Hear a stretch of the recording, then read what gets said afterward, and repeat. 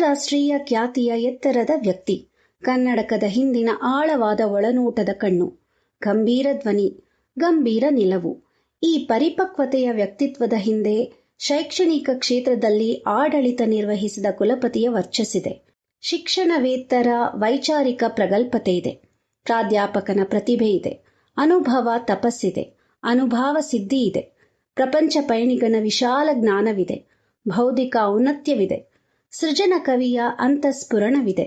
ಯೋಗಿಯ ನಿಷ್ಕಾಮ ಬುದ್ಧಿ ಇದೆ. ಯಾರೀ ವ್ಯಕ್ತಿ ಅಂತೀರಾ? ಕನ್ನಡಕ್ಕೆ 5ನೆಯ ಜ್ಞಾನಪೀಠ ಪ್ರಶಸ್ತಿಯನ್ನು 1991ರಲ್ಲಿ ತಂದುಕೊಟ್ಟ ಈ ಮಹಾನ್ ವ್ಯಕ್ತಿ ವಿನಾಯಕ ಕೃಷ್ಣ ಗೋಕಾಕರು.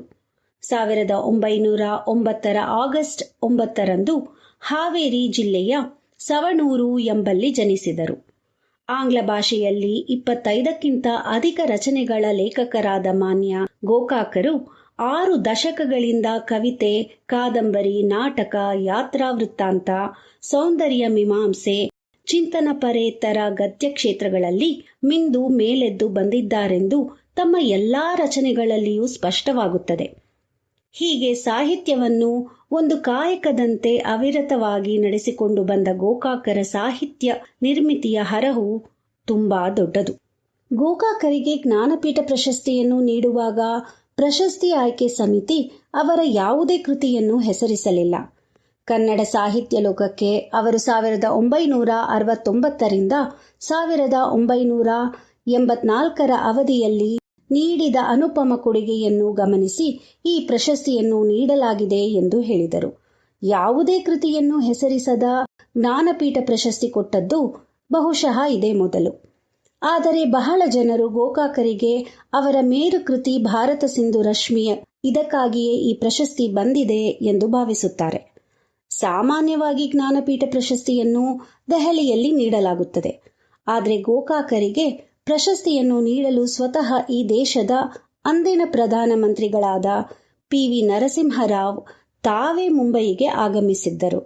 ಇದು ಗೋಕಾಕರು ಎಷ್ಟು ಮಹತ್ವದ ವ್ಯಕ್ತಿ ಎಂಬುದಕ್ಕೆ ಒಂದು ನಿದರ್ಶನ.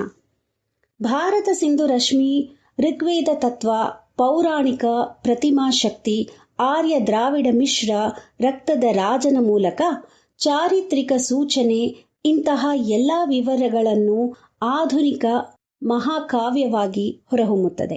ಸಪ್ತಕಿರಣ ಹಾಗೂ ಸಪ್ತಲೋಕಗಳ ಸಂಕೇತಗಳ ಮೂಲಕ ಕಾವ್ಯಚೇತನ ಸಾಮರಸ್ಯಗಳನ್ನು ಅನ್ವಯಿಸಿ ತೋರಿಸುತ್ತದೆ. ಮಹಾಕಾವ್ಯ ರಚನೆಗೆ ಗೋಕಾಕರು ಮಾಡಿಕೊಂಡ ಹಲವು ತಯಾರಿಗಳ ವಿವರಣೆಗಳೂ ಕೂಡ ಕೃತಿಯೊಳಗೆ ಲಭ್ಯವಾಗುತ್ತದೆ. ಗೋಕಾಕರ ನವ್ಯ ಕಾವ್ಯ ಪ್ರಯೋಗಗಳು ಸೇರಿದಂತೆ ಅವರ ಸಾಹಿತ್ಯದಲ್ಲಿ ಕನಿಷ್ಠ 6 ಹಂತಗಳ ಬೆಳವಣಿಗೆಗಳನ್ನಾದರೂ ವಿಮರ್ಶಕರು ಗುರುತಿಸುತ್ತಾರೆ. ಅವರ ಜೀವನ ಯಾತ್ರೆ ಮತ್ತು ಸಾಹಿತ್ಯ ಪಯಣಗಳಿಗೆ ಹತ್ತಿರದ ಸಂಬಂಧವಿದೆ. ಗೋಕಾಕರ ಪುತ್ರ ನಿವೃತ್ತ IAS ಅಧಿಕಾರಿ ಅನಿಲ್ ಗೋಕಾಕರು ಪ್ರಕಟಿಸಿರುವ ಕನ್ನಡದ ವಿಸ್ಮಯ ವಿಕೃ ಗೋಕಾಕ್ ಗ್ರಂಥ ಅಂತಹ ಸಂಬಂಧಗಳ ಮೇಲೆ ಒಂದು ಒಳನೋಟವನ್ನು ಬೀರುತ್ತದೆ. ಗೋಕಾಕರ ಸರಣಿ ಕಾದಂಬರಿ ಸಮರಸವೇ ಜೀವನ ನವೋದಯ ಚಿಂತನೆಗೆ ಗೋಕಾಕರು ನೀಡಿದ ಪ್ರಮುಖ ಕೊಡುಗೆಗಳಲ್ಲೊಂದು ಎಂದು ಹೇಳಬಹುದು. ಆ ಕೃತಿ ಹರಳುಗಟ್ಟಿದ ವಿವರಗಳು ಕೂಡ ಇಲ್ಲಿವೆ.